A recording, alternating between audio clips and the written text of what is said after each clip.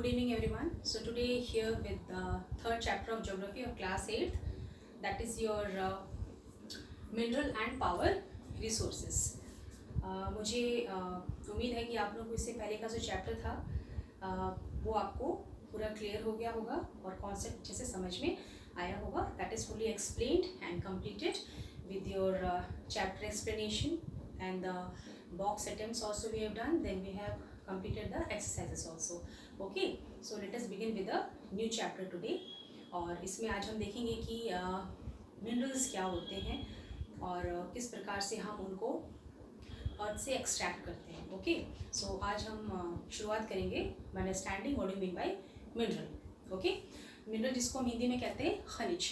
Okay, so mineral are naturally occurring substance that has a definite chemical composition. अब ये जो word यहाँ पे यूज हुआ है definite chemical composition. Definite chemical composition क्या होता है, मतलब जिसकी एक जैसे हम कहेंगे कि जैसे कोई भी सब्सटेंस है उसमें जिस प्रकार की एक संरचना होती है, जिस प्रकार से उसमें एटम्स जो है आपके अरेंज रहते हैं. Okay, a type of arrangement, जिस प्रकार से एटम्स अरेंज हैं. जैसे अगर हम एग्जांपल लें आपका लाइक यू हैव वाटर. ठीक है, तो वाटर को आप किस प्रकार से केमिकल कॉम्पोजिशन उसके लिखते हैं, you right like this H2O.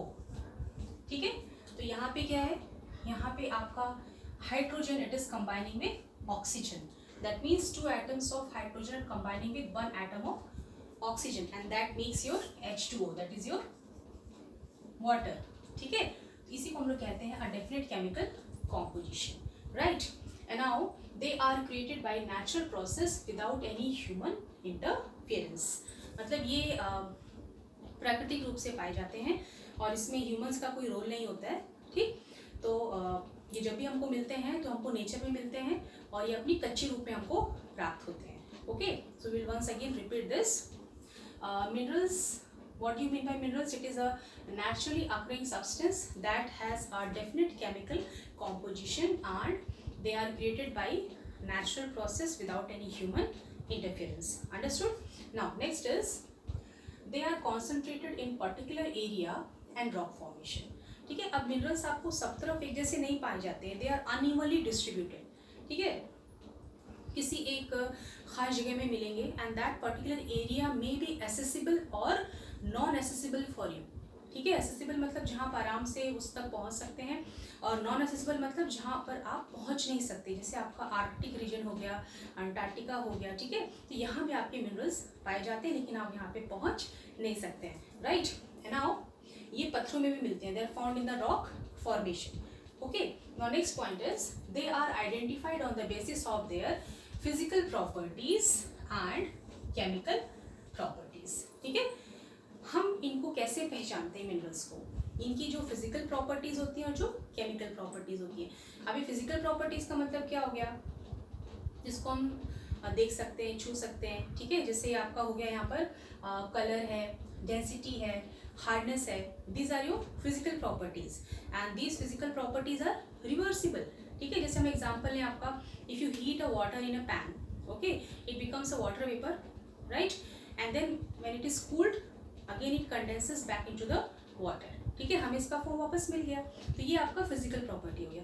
अब अगर हम केमिकल प्रॉपर्टी की बात करते हैं, जैसे हमने इसमें एग्जांपल उठाया आपका सॉल्युबिलिटी, तो केमिकल प्रॉपर्टी का मतलब दैट आर इरिवर्सिबल. ठीक है, यानी आपने ये क्या होता है इसमें ये सब्सटेंस का फॉर्म ही चेंज कर देता है, उसमें हमको एक न्यू सब्सटेंस प्राप्त होता है. ओके, जैसे हमने एक पेपर का टुकड़ा हमने क्या किया, बर्न कर दिया, तो वापस से हमको पेपर नहीं मिल सकता है. ठीक है, and if you cooked a food, तो वापस से आपको कच्ची सब्जियां या वो खाना, वो अनाज वापस उस रूप में मिल नहीं सकता है. ठीक है, तो इसे कहा जाता है chemical property. Okay, so now on the basis of their composition. Composition यानी उसके अंदर क्या है. ओके, on the basis of their composition they are classified into two types, यानी पार्ट्स. यानी कोई भी सब्सटेंस आपका बना होता है तो बहुत सी चीज़ों को मिलके बनता है. ठीक है, तो वो जो उसका कॉम्पोजिशन है उसके बेसिस पे हम इसको दो प्रकार में क्लासीफाई करते हैं. So they are classified into metallic and non metallic. So minerals, okay, first is your metallic, another is your non metallic. So what do you mean by metallic? Metallic minerals means those minerals which contain iron, and non-metallic means those minerals which do not contain iron. Okay. अब further, this metallic minerals are further classified into two types. First is your ferrous, another is your non-ferrous. Ferrous का मतलब होता है जिसमें क्या मिलता है?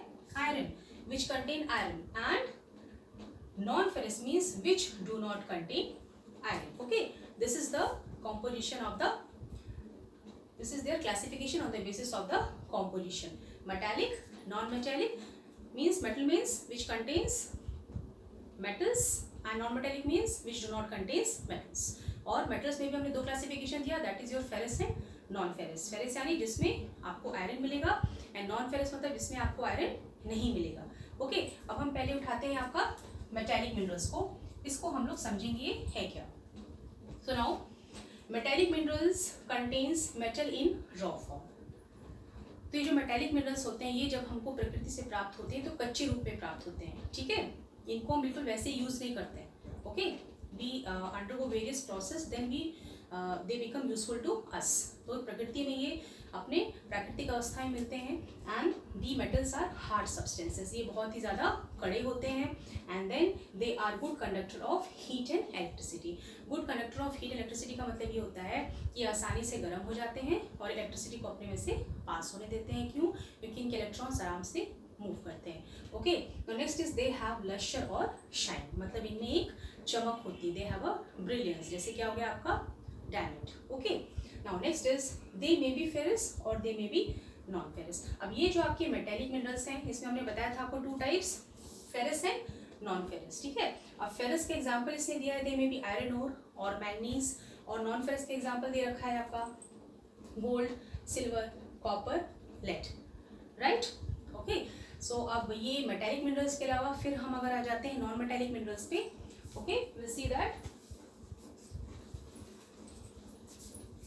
Okay, I will just write here only. तो मेटल्स आपने मेटेलिक मिनरल्स को देखा कि हमको कच्चे रूप में प्राप्त होते हैं. They are good conductor of heat and electricity. They have a lustre, they have a shine, and they may be ferrous और they may be non ferrous. ठीक है, अब हम लोग देखते हैं नॉन मेटेलिक मिनरल्स. तो नॉन मेटेलिक मिनरल्स पे अगर हम लोग आ जाएंगे, so you know non metallic minerals में आपके आ जाएंगे, जैसे आपका हो जाता है example if you take, it will be your limestone and it will be your gypsum. Okay, ये सब एग्जाम्पल हो गए आपके नॉन मेटेलिक मिनरल्स के. और इसमें और एग्जाम्पल हम दे सकते हैं मिनरल ओर्स का. Mineral ores like your coal and petroleum.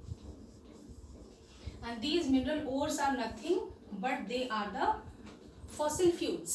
Okay, fossil fuels पता है ना आपको कि जो ज़मीन के अंदर मिलते हैं और जो बहुत ही हज़ारों साल पहले जो उसमें प्लांट्स एनिमल्स जो उसमें बरी हो गए, अंदर दब गए, फिर सड़ गल के बहुत से प्रोसेस के थ्रू फिर वो क्या होते हैं, वो एक फ्यूल में कन्वर्ट हो जाते हैं. ठीक है, फिर उसी को हम लोग जो है नीचे से निकालते हैं और फिर उसको प्रोसेस करते हैं.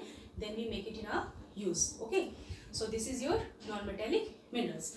अब ये मिनरल्स जो आपके ज़मीन में दबे हुए हैं, जो पत्थरों में हैं, हम इनको प्राप्त कैसे करते हैं? सो वी ऑब्टेन मिनरल्स और we extract the minerals by various methods such as mining, then your drilling, then your quarrying. Okay, so minerals are extracted through we will discuss about three process, that is your mining, then your drilling, and then we have your quarrying. Okay, तो एक बार हम फिर से summarise करते हैं जो हमने आज पढ़ा है.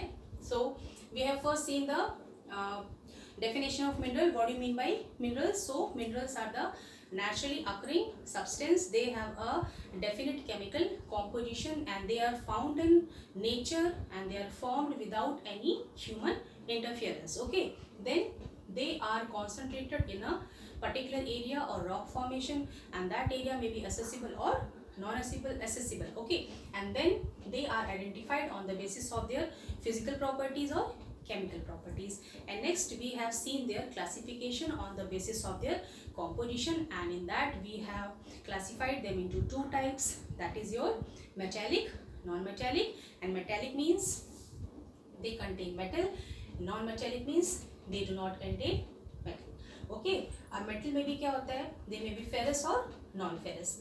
Ferrous means they contain iron, and non-ferrous means they do not contain iron, and non-metallic means they do not contain metal, okay. So now we have described about the metallic minerals.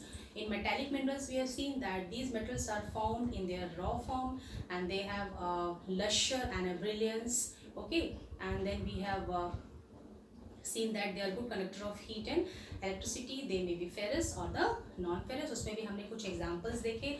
Then we have seen the non-metallic minerals. Then we have seen various examples like limestone, gypsum, and then we have seen that mineral ores are also the example of non-metallic minerals like the coal and petroleum.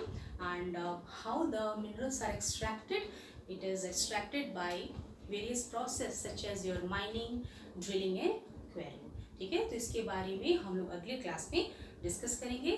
Till that time you please revise this, and if you have any doubt you can put it in the comment box. If you like my class, please subscribe my channel. Dear future, here I come. Till that time, see you next time.